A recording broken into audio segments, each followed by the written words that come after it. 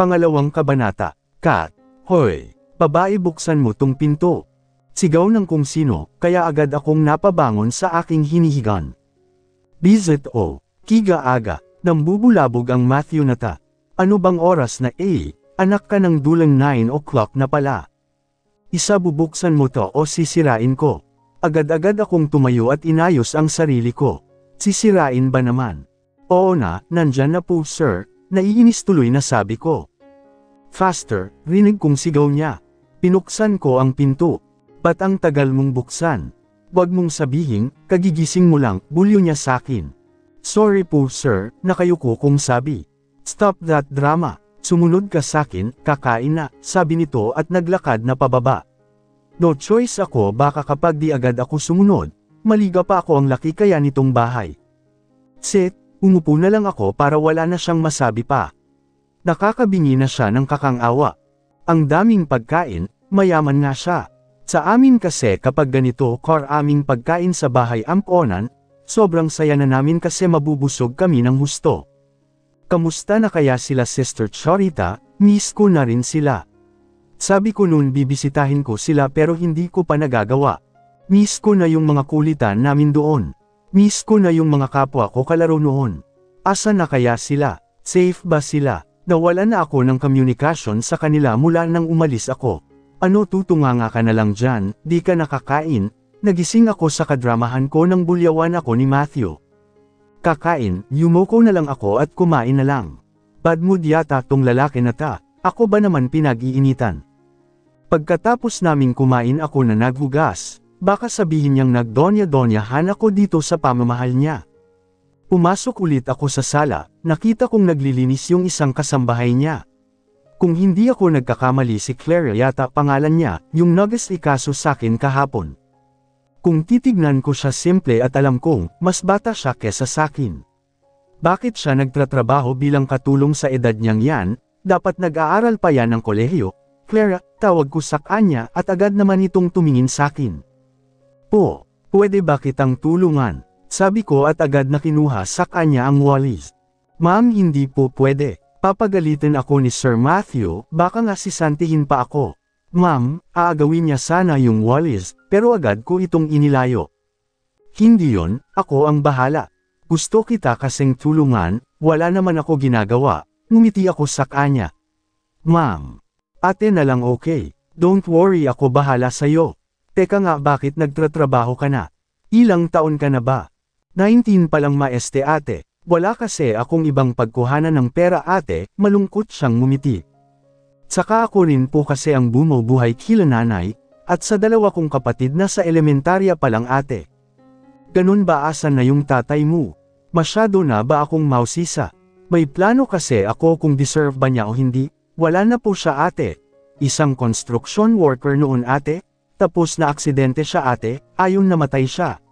Anong klaseng aksidente? Nahulog po siya sa building ate, nasa 5th floor siya noon tapos bumagsak siya sa 1st floor. Ate, nakita kong may butil ng luha na gustong pamatak sa mata niya. Halika dito, upo ka, inaya ko siyang umupo sa sofa, salamat ate. Nag-aaral ka pa ba? Hindi na po, malungkot siya, at nalulungkot rin ako para sa kanya. Sa murang edad niyang yan, dapat future niya muna, ang inuuna niyang isipin at alalahanin. Ano na ba natapos mo? High school pa lang ate, hindi ko na kasi kayang pagsabayin, yung pag-aaral ko sa kolehiyo sa pagtratrabaho ko ate. Gusto kitang pag-aralin, ngumiti ako sa kanya. Nagangat naman siya ng tingin, at nakita kong saya at pag-asa ang bumalatay sa buo niya mukha, lumabas din ang mga ngipin niya dahil ngumiti ito. Talaga po, salamat ate, na-excite yata siya dahil napayakap ito sakin dahil sa golek. Oo, pero ay pangako mong magtatapos ka, at magiging isang masunuryang estudyante, pangako ate, ngumiti ulit sakin at yinakap ako. Salamat talaga ate. Walang anuman yun, ngumiti ako at magpaalam na maliligaw na. Nalaman kong accounting pala ang gusto niya course na kunin, hindi ako tutol dun kung anong gusto niya susuportahan ko siya, sa 2 taon na magsasama kami ni Matthew, alam kong hindi pa tapos si Claire sa pag-aaral niya, maghahanap na lang ako ng ibang trabaho, para masuportahan ko parent siya. Napag-usapan rin namin ni Clara na kung dito na lang maninirahan, at kung wala siyang klase doon lang siya tutulong dito, tatlo naman silang katulong, kaya alam kong hindi mahihirapan yung dalawa. Ang problema ko na lang ay si Matthew, kakausapin ko na lang siya at pipilitin na pumayag sa gusto ko. Sana lang pumayag siya, dahil gustong-gusto ko talagang tulungan si Clara. Alam kong malaking responsibilidad yun, pero handa akong gampanan, dahil alam ko kung gaano kahirap sa sitwasyon niya ngayon. Naranasan kong pagsabayin ang pag-aaral at pagtatrabaho, kaya alam kong mahirap talaga. May mga araw pa noon na hindi ako papasok sa school, dahil magtatrabaho ako. Kung gaano kahirap sa sitwasyon niya ngayon, papasok sa school dahil magtatrabaho ako, ang gagawin ko kakausapin ko si Matthew mamaya pagka-uwi niya. Magtatrabaho na lang ako sa kumpanya niya para may pera ako. At masuportahan ko si Clara. Sana lang pumayag siya. Kath. Maghahating gabi na pero hindi pa rin umuwi si Matthew, nag-aalala na rin ako. Tawag ako ng tawag sa kanya pero hindi ko na siya makontak. Ano na kayang nangyari sa bugok na lalaking yun? Kahit ang songgit nun mag-aalala pa rin ako. Pip, kunin ang busina. Nakarinig ako ng busina kaya dali-dali akong lumabas, pero sana hindi na lang. Wrong timing yata ako. Nakita ko kasing may kasama si Matthew, at ang pinaka-worst naghahalikan pa sila. Tatakbo na sana ako kasi nakita ako ng babae, ngumisi siya na para bang sinasabi niyang panalo na siya. Masakit yon ang nararamdaman ko ngayon. Dahil hindi ko na makayanan, dali-dali akong tumakbo, pero may nasagi yata ako dahil narinig ko na lang ang nabasag na kung ano, hindi ko na lang pinansin at pumihit na lang ako sa kwarto ko. Wala kaming relasyon pero para akong nasasaktan. Ay wrong meron pala, pero naggagamitan lang kami kumbaga, hindi kami normal couple, kaya wala akong karapatang masaktan. Pinalot na naman ako ng kalungkutan, sana pala hindi ko na siya hinintay, sana pala hindi na lang ako nag-alala, at sana pala hindi na lang ako lumabas, edi sana hindi ako nasasaktan ngayon. Oh Matthew, you're doing good baby. Nakarinig ako ng ungol kaya agad kong tinakpan, ang magkabilang tainga ko, ang alam ko lang nasa hagdanan sila. Hindi ba sila nahiya lalo na si Matthew, hindi niya ba matindaan na nandito ako ngayon sa pamamahay niya? Sa bagay wala lang naman ako sa kanya, ano pa ba ang ini-expect ko diba? Tanga na yata ako. Mag-uumaga na pero hindi parents sila tumitigil sa kung anong ginagawa nila. Ang alam ko nasa kwarto ni Matthew na sila, at doon gumagawa ng kababalaghan. Dahil sa sobrang inis ko at nakakarindi na ang ungol ng babaeng yun, lumabas ako sa kwarto ko. Mas lalong lumakas yung ungol, at alam kong hindi na lang ang babae ang nasasarapan, kundi pati na rin si Matthew. You're so tight Lyra. Correction baby I'm Celine Faster. Sorry, I mean Celine. Putik nakakarindi dahil sa dami ng babae niya, hindi na rin niya alam kung sino-sinong babae ang Catholic niya, yuck. Ang dungeons na niya pala. Hindi lang nahiya. Dahil sa sobrang iniis ko binalibag ko ang pinto at dali-dali bumaba. Ewan kung saan ako papunta.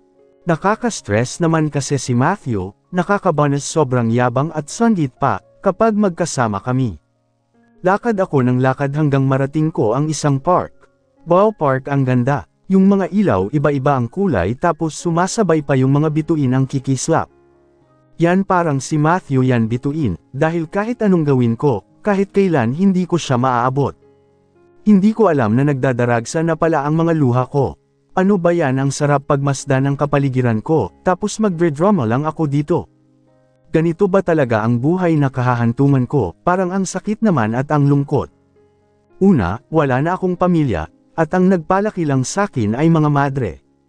Pangalawa, may sakit ako at kailangan kong maoperahan. Pangatlo, itong sitwasyon namin ngayon ni Matthew. Ang hirap pala, kung pwede lang naman, na hindi na lang ako magpa-opera, edi sana hindi nagkatagpo ang landas namin ni Matthew, at sana hindi ako nasasaktan ngayon. Pero teka nga kung hindi ako ma-opera, edi mamamatay akong walang anak. Ang hirap pala nito yung wala kayong relasyon, pero hindi mo alam kung bakit ka nasasaktan. Yung walang kayo pero, may hapdi kang nararamdaman. Yung wala kang karapatan pero nagagalit ka, ang hirap sobra. Feast, pinunasan ko agad ang mga luha ko, nang may marinig ako nagsisidshit sakin.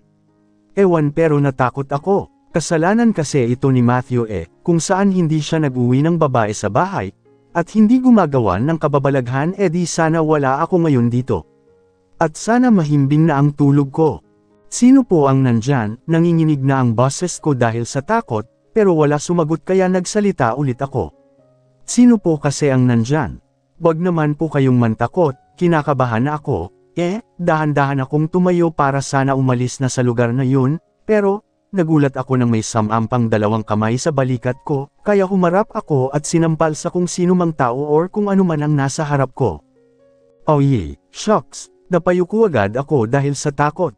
Shucks, miss kung makasample ka dyan bonibiro lang naman kita, sabi ng kung sino kaya napaangat ako ng tingin.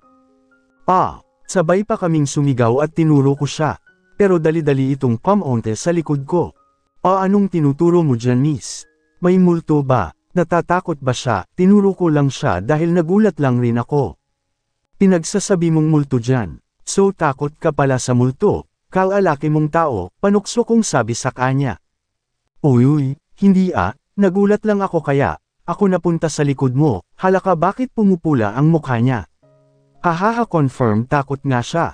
Hahaha, tawa na lang ako ng tawa. Grabe ang epic ng reaction niya. Hahaha.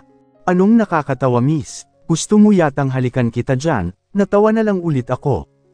Hana tiyap, nagpatikip ako sa buong mukha ko, nang halikan niya ako, OMG hindi na virgin yung ano ko.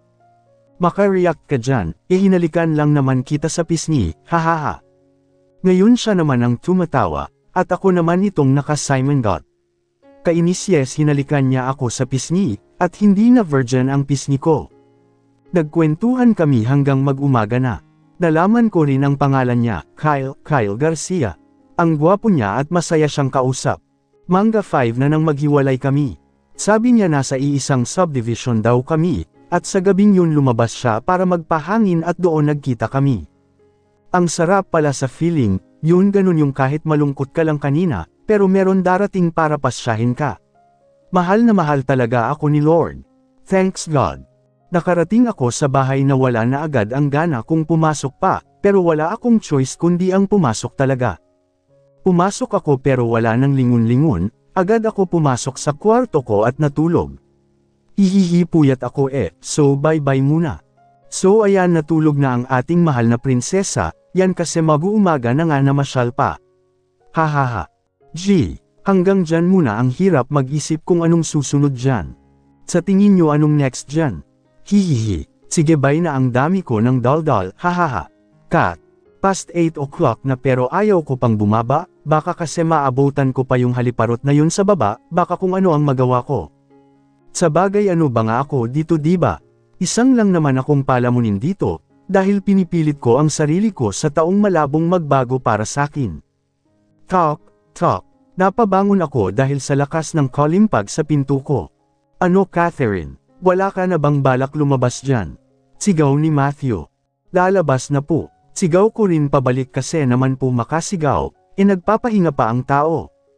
May nakalimutan ako hindi pa pala ako nakakahingi ng permiso sa kanya, doon sa balak ko sa isa naming katulong. Make it fast, I'm hungry. Padabog itong umalis sa labas ng pinto ko. Grabe galit na galit gustong manakit. Nakatawa na lang ako ng mahina, at ginawa na lang ang morning rotates ko, bumaba ako at ang tahimik ng buong kabahayan. Asa na ang mga katulong dito? Bakit wala akong makitang naglilinis? Ops Sunday pala ngayon day off nilang lahat. Ano tutunganga ka na lang dyan? Kakain na, sigaw ni Mr. Matthew makasigaw talaga tong tao na nakakainis na You don't need to shout. Nandyan na, kumain na lang ako ng tahimik. Ang duga ng lalaking takala mo kung sino sarap tirisin no. Matthew may sasabihin sana ako, nakayuko lang ako baka kasi sigawan naman niya ako, nakakarindi marinig sa tainga. Spill, gusto ko sanang pag-aralin si Clara, at para matustusan ko ang pag-aaral niya, papasok ako bilang empleyado sa company mo, napatigil ito sa pagkain, bumalot sa akin ang lungkot at hiya baka hindi siya pumayag. I'll let you work at my company and support Clara's studies, but in one condition, sumeryoso ito, at nakatitig lang ito sa akin ng diretso sa mga mata ko, ni hindi ko na maibilang ang tingin ko sa iba. Ano? Kinakabahan na ako. Marry me first. Agad akong napasinghap, dahil sa kondisyon niya. Okay, walang batid na pag-aalinlangan na sabi ko. Wala akong marinig na sagot niya, kaya nagpatuloy ako sa pagsasalita. Payag ako sa gusto mo. Doon din naman patungo ito, diba? Ikakasal rin naman tayo, saka malapit mo na akong ipakilala sa buong angkan mo, dahil malapit na rin naman ang kaarawan mo, walang halong pait sa lahat ng binigkas kong salita. Good to be heard then. I'm full, I'm going upstairs, finished your food, naiwan akong tulala sa hapagkainan. Ewan pero nakaramdam akong sakit at lungkot, ganun na lang ba sa kanya yun, ang haba ng sinabi ko at napakaseryoso, tapos ganun lang ang sasabihin niya. Sabagay anong aasahan ko sa lalaking yun, wala naman yung damdamin, hindi naman siya yung tipo ng tao na marunong mandama. Tinapos ko ang pagkain ko at linigpit ang pinagkainan namin, naghugas na rin ako baka sabihin niyang donya-donya ako, dito sa pamamahay niya. Natano ko ang garden nang sumilip ako sa bintana, hindi ko alam kung bakit pero dinala ako ng paa ko sa ilalim ng puno, kung saan may upuan doon. Parang kailan lang nasa bahay amponan pa ako, at hindi pa ako nakatira sa malaking bahay na ta. Isang simpleng dalaga lamang na walang problema sa buhay, kundi ang iniisip lang ay ang kakainin ko sa araw-araw, hanggang sa nalaman ko ang sakit ko. Napaluhan na lamang ako, bakit ang malas ko yata sa buhay na ta, pero alam kong pagsubok lang ito ng Diyos. Mananatili akong kakapit sa Kanya, at sa abot ng makakaya ko ay hindi ako susuko. Napahikbi na lamang ako, dahil habang tumatagal, mas lalo humihirap ang setup namin ni Matthew, dapat bang ipagpatuloy pa? O dapat bang sumuko na ako habang maaga pa, habang hindi pa niya alam na mahal ko na siya? Hindi ko yun may pagkakaayla dahil hindi sana ako luluha kahapon, kung wala pa akong nararamdaman sa kanya. Ang hirap pala ng ganito, yung mahal mo nga, pero hindi mo alam kung mahal ka rin niya. Yung nasasaktan ka, pero wala naman siyang alam. Yung hindi siya marunong makiramdam. Ngumiti ako ng mapait at tumangala. Malamig na simoy ng hangin ang sumalubong sa buong mukha ko. Panginoon ko, alam kong pagsubok lang ito, at alam kong malalampasan ko ito. Pagsubok na susubok sakin. Oo, maaaring lumuluha ako ngayon, pero hindi ko nasasabing kinabukasan ganun parent. Maaaring kinabukasan nakangiti na ako, at masaya na sa buhay. Ikaw na ang bahala sakin, ikaw na lang ang pwede kong sandalan sa bagay na ito. Sana'y hindi ako mawala sa iyong landas, sana'y hindi ako mapunta sa maling direksyon. Salamat po Panginoon ko, pabulong kong saad. Kung kanina ay maaraw pero ngayon na ay madilim na ang kalangitan. Mukhang nakikisabay ang kalawakan sa aking kalungkutan, napatawa na lang ako. Ano tawa-tawa ka na lang dyan, hindi ka pa sisilang. Bulyo ng magaling yung lolo Shore, si Matthew pala yun. Oh, mamaya na gusto kong magpaulan single ko dito. Alam kong hindi niya mapapansin ang mata kong kakaiyak lang kanina, dahil nabalot na ito ng ulan. Pumasok ka na sa loob, baka magkasakit ka. Naku po, sumigaw na ang mahal na hari. May anak kasi. Pabilang ko ng 3 kapag hindi ka pa nakapasok sa loob, paparusahan kita. Ramdam kong hindi na siya nakikipaglukuhan, dahil nagdugtong na ang mga kilay niya. Oo na po papa, isa. Oo na, dali-dali akong pumasok kahit basa na ako, dumiretso na ako sa kwarto ko. Maligo ka para kang basang sisiw dyan. Concern ba siya? Naku po, mas lalo akong nahuhulog niya Opo mahal na hari. Pinalibag ko ang pinto ko, at agad na sumandal sa pinto. Don't call me mahal na hari, it should be, hubby, baby. Che, tumigil ka dyan kay Rita ka. Narinig ko na lang ang tawa niya malakas, kainis kang lalaki ka, sigaw ko rin pabalik. Tumawa lang siya, nang tumawa kaya napangiti na lang ako. Hindi ko na lang pinansin at pamunta sa banyo, para gawin ang dapat kong gawin. Quiet kayo, kinilig lang naman ako, hihihi. Shocks, lalo tuloy akong nahuhulog. Malito huhuho. Tuldok. Forwarded message. From, Zang Elina Davids, davidsanghelina@gmail.com. Date, Friday, October 6, 2023, 4 minuto pasado alas 9. Subject, Antonio Paloma 737@gmail.com. Kat, hoy, babae, buksan mo tong pinto. Sigaw ng kung sino, kaya agad akong napabangon sa aking hinihigan. Bizet o, kiga-aga, nambubulabog ang Matthew na ta. Ano bang oras na anak ka ng dulang 9 o'clock na pala. Isa bubuksan mo to o sisirain ko. Agad-agad akong tumayo at inayos ang sarili ko. Sisirain ba naman? Oo na, nandyan na po sir, naiinis tuloy na sabi ko. Faster, rinig kong sigaw niya. Pinuksan ko ang pinto. Ba't ang tagal mong buksan? Huwag mong sabihin, kagigising mo lang, bulyo niya sakin. Sorry po sir, nakayuko kong sabi. Stop that drama, sumunod ka sakin, kakain na, sabi nito at naglakad na pababa. No choice ako baka kapag di agad ako sumunod, maliga pa ako ang laki kaya nitong bahay. Sit, umupo na lang ako para wala na siyang masabi pa. Nakakabingi na siya ng kakang-awa. Ang daming pagkain, mayaman nga siya. Sa amin kasi kapag ganito core aming pagkain sa bahay amponan, sobrang saya na namin kasi mabubusog kami ng husto. Kamusta na kaya sila Sister Chorita, miss ko na rin sila. Sabi ko noon bibisitahin ko sila pero hindi ko pa nagagawa. Miss ko na yung mga kulitan namin doon. Miss ko na yung mga kapwa ko kalaro noon. Asa na kaya sila? Safe ba sila? Nawala na ako ng komunikasyon sa kanila mula nang umalis ako. Ano tutunganga ka na lang dyan, di ka nakakain? Nagising ako sa kadramahan ko nang bulyawan ako ni Matthew. Kakain, yumoko na lang ako at kumain na lang. Bad mood yata tong lalaki na ta, ako ba naman pinag-iinitan? Pagkatapos naming kumain ako na naghugas, baka sabihin niyang nagdonya-donyahan ako dito sa pamamahal niya. Pumasok ulit ako sa sala, nakita kong naglilinis yung isang kasambahay niya. Kung hindi ako nagkakamali si Claire yata pangalan niya, yung nag-ikaso sakin kahapon. Kung titignan ko siya simple at alam kong, mas bata siya kesa sakin. Bakit siya nagtratrabaho bilang katulong sa edad niyang yan, dapat nag-aaral pa yan ng kolehiyo? Claire, tawag ko sa kanya at agad naman itong tumingin sakin. Po, pwede ba kitang tulungan? Sabi ko at agad na kinuha sa kanya ang walis. Ma'am hindi po pwede. Papagalitin ako ni Sir Matthew, baka nga sisantihin pa ako.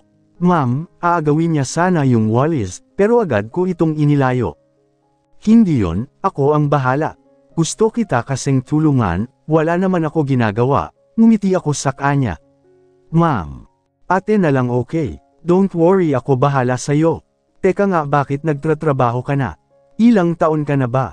19 pa lang maeste ate. Wala kasi akong ibang pagkuhanan ng pera ate, malungkot siyang ngumiti. Saka ako rin po kasi ang bumubuhay kila nanay, at sa dalawa kong kapatid na sa elementarya pa lang ate. Ganun ba asan na yung tatay mo? Masyado na ba akong mausisa? May plano kasi ako kung deserve ba niya o hindi, wala na po siya ate. Isang construction worker noon ate, tapos na aksidente siya ate, ayon namatay siya. Anong klaseng aksidente? Nahulog po siya sa building ate, nasa 5th floor siya noon tapos bumagsak siya sa 1st floor. Ate, nakita kong may butil ng luha na gustong pamatak sa mata niya. Halika dito, upo ka, inaya ko siyang umupo sa sofa, salamat ate. Nag-aaral ka pa ba? Hindi na po, malungkot siya, at nalulungkot rin ako para sa kanya.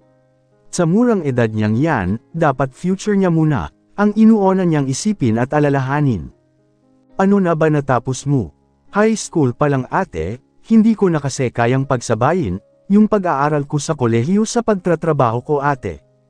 Gusto kitang pag-aralin, ngumiti ako sa kanya. Nagangat naman siya ng tingin, at nakita kong saya at pag-asa ang bumalatay sa buo niya mukha, lumabas din ang mga ngipin niya dahil ngumiti ito.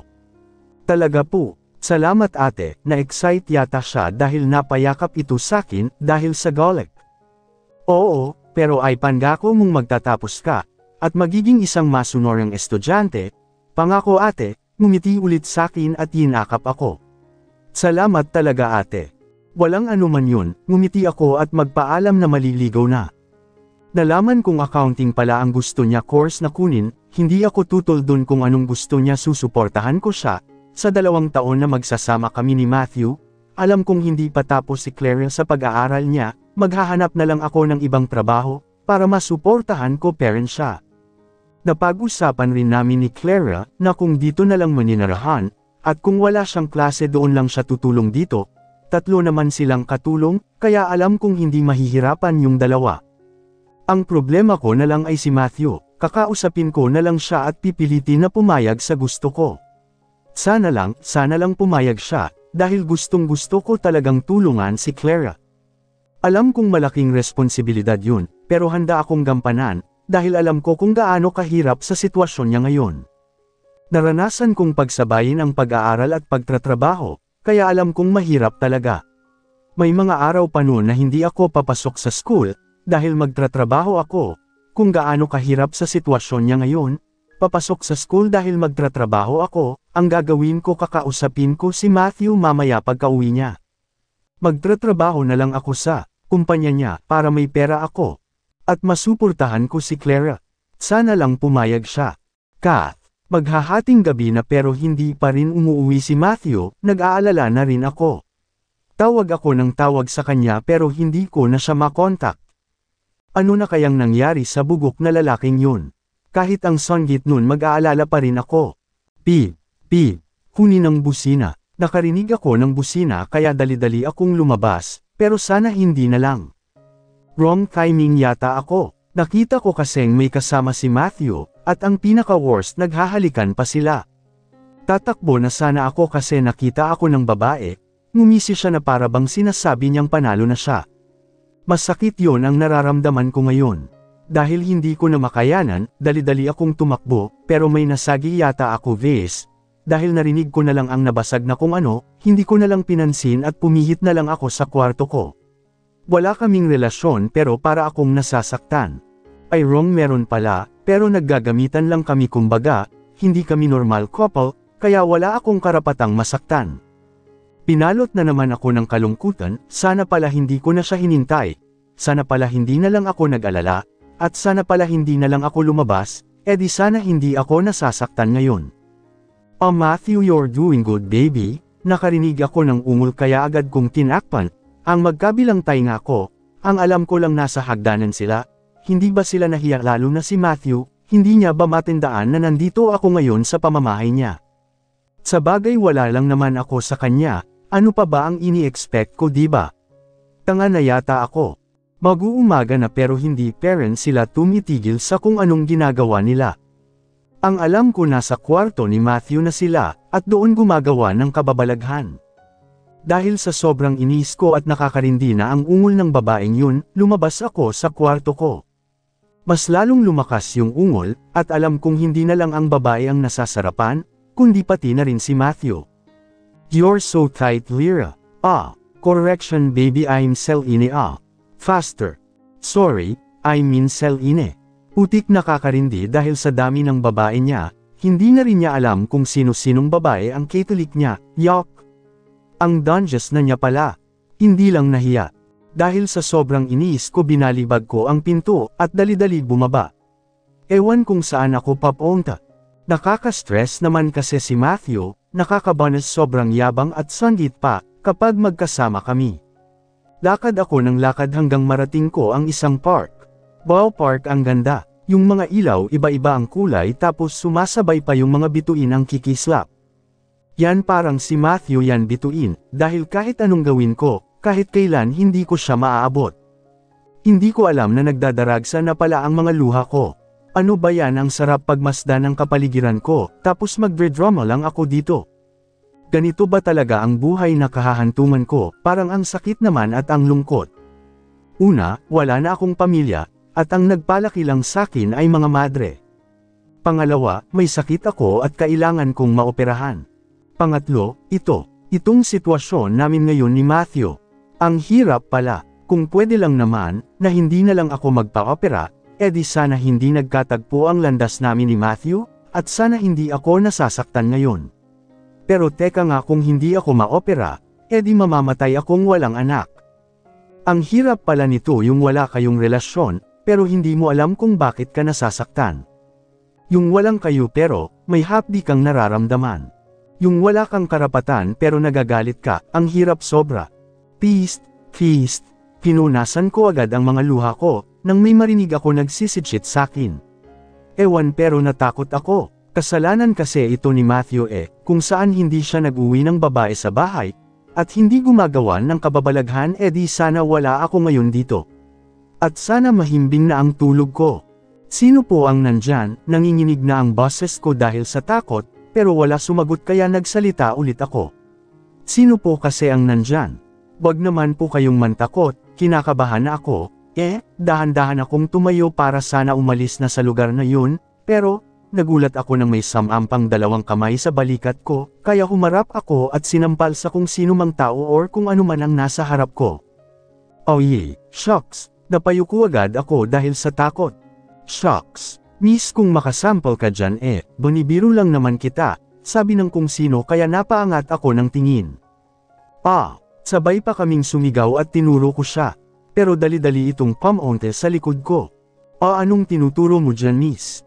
May multo ba? Natatakot ba siya? Tinuro ko lang siya dahil nagulat lang rin ako. Pinagsasabi mong multo dyan, so takot ka pala sa multo, kalalaki mong tao, panukso kong sabi sa kanya. Uy, hindi nagulat lang ako kaya, ako napunta sa likod mo, halaka bakit pumupula ang mukha niya. Hahaha confirm takot nga siya. Hahaha, tawa na lang ako ng tawa. Grabe ang epic ng reaction niya. Hahaha. Anong nakakatawa miss? Gusto mo yatang halikan kita dyan? Natawa na lang ulit ako. Hana tiyap. Nagpatikip ako sa buong mukha ko, nang halikan niya ako, OMG hindi na virgin yung ano ko. Maka-react ka dyan, hinalikan lang naman kita sa pisngi, hahaha. Ngayon siya naman ang tumatawa, at ako naman itong naka-Simon Got. Kainis yes hinalikan niya ako sa pisngi, at hindi na virgin ang pisngi ko. Nagkwentuhan kami hanggang mag-umaga na. Nalaman ko rin ang pangalan niya, Kyle Garcia. Ang gwapo niya at masaya siyang kausap. Mangga 5 na nang maghiwalay kami. Sabi niya nasa iisang subdivision daw kami, at sa gabing yun lumabas siya para magpahangin at doon nagkita kami. Ang sarap pala sa feeling, yun ganun yung kahit malungkot ka lang kanina, pero meron darating para pasyahin ka. Mahal na mahal talaga ako ni Lord. Thanks God. Nakarating ako sa bahay na wala na agad ang gana kung pumasok pa, pero wala akong choice kundi ang pumasok talaga. Pumasok ako pero wala nang lingon-lingon, agad ako pumasok sa kwarto ko at natulog. Hihihi puyat ako so bye-bye muna. So ayan natulog na ang ating mahal na prinsesa, yan kasi mag-uumaga na nga namasyal pa. Hahaha. Hanggang dyan muna ang hirap mag-isip kung anong susunod dyan. Sa tingin nyo anong next dyan? Hihihi. Sige bye na ang dami ko ng daldal, hahaha. Kat. Past 8 o'clock na pero ayaw ko pang bumaba, baka kasi maabutan ko pa yung haliparot na yun sa baba, baka kung ano ang magawa ko. Sa bagay ano ba nga ako dito diba? Isang lang naman akong palamunin dito, dahil pinipilit ko ang sarili ko sa taong malabong magbago para sakin. Talk. Napabangon ako dahil sa lakas ng kalimpag sa pinto ko. Ano Catherine? Wala ka na bang balak lumabas dyan? Sigaw ni Matthew. Lalabas na po. Sigaw ko rin pabalik kasi naman po makasigaw, nagpapahinga pa ang tao. May nakalimutan ako hindi pa pala ako nakakahingi ng permiso sa kanya, doon sa balak ko sa isa naming katulong. Make it fast, I'm hungry. Padabog itong umalis sa labas ng pinto ko. Grabe ha, galit na galit gustong manakit. Nakatawa na lang ako ng mahina at ginawa na lang ang morning rotates ko, bumaba ako at ang tahimik ng buong kabahayan. Asa na ang mga katulong dito? Bakit wala akong makitang naglilinis? Ops Sunday pala ngayon day off nilang lahat. Ano tutunganga ka na lang dyan? Kakain na, sigaw ni Mr. Matthew makasigaw talaga tong tao na nakakainis na You don't need to shout. Nandyan na, kumain na lang ako ng tahimik, ang duga ng lalaking takala mo kung sino sarap tirisin no. Matthew may sasabihin sana ako, nakayuko lang ako baka kasi sigawan naman niya ako, nakakarindi marinig sa tainga. Spill. Gusto ko sanang pag-aralin si Clara, at para matustusan ko ang pag-aaral niya, papasok ako bilang empleyado sa company mo, napatigil ito sa pagkain, bumalot sa akin ang lungkot at hiya baka hindi siya pumayag.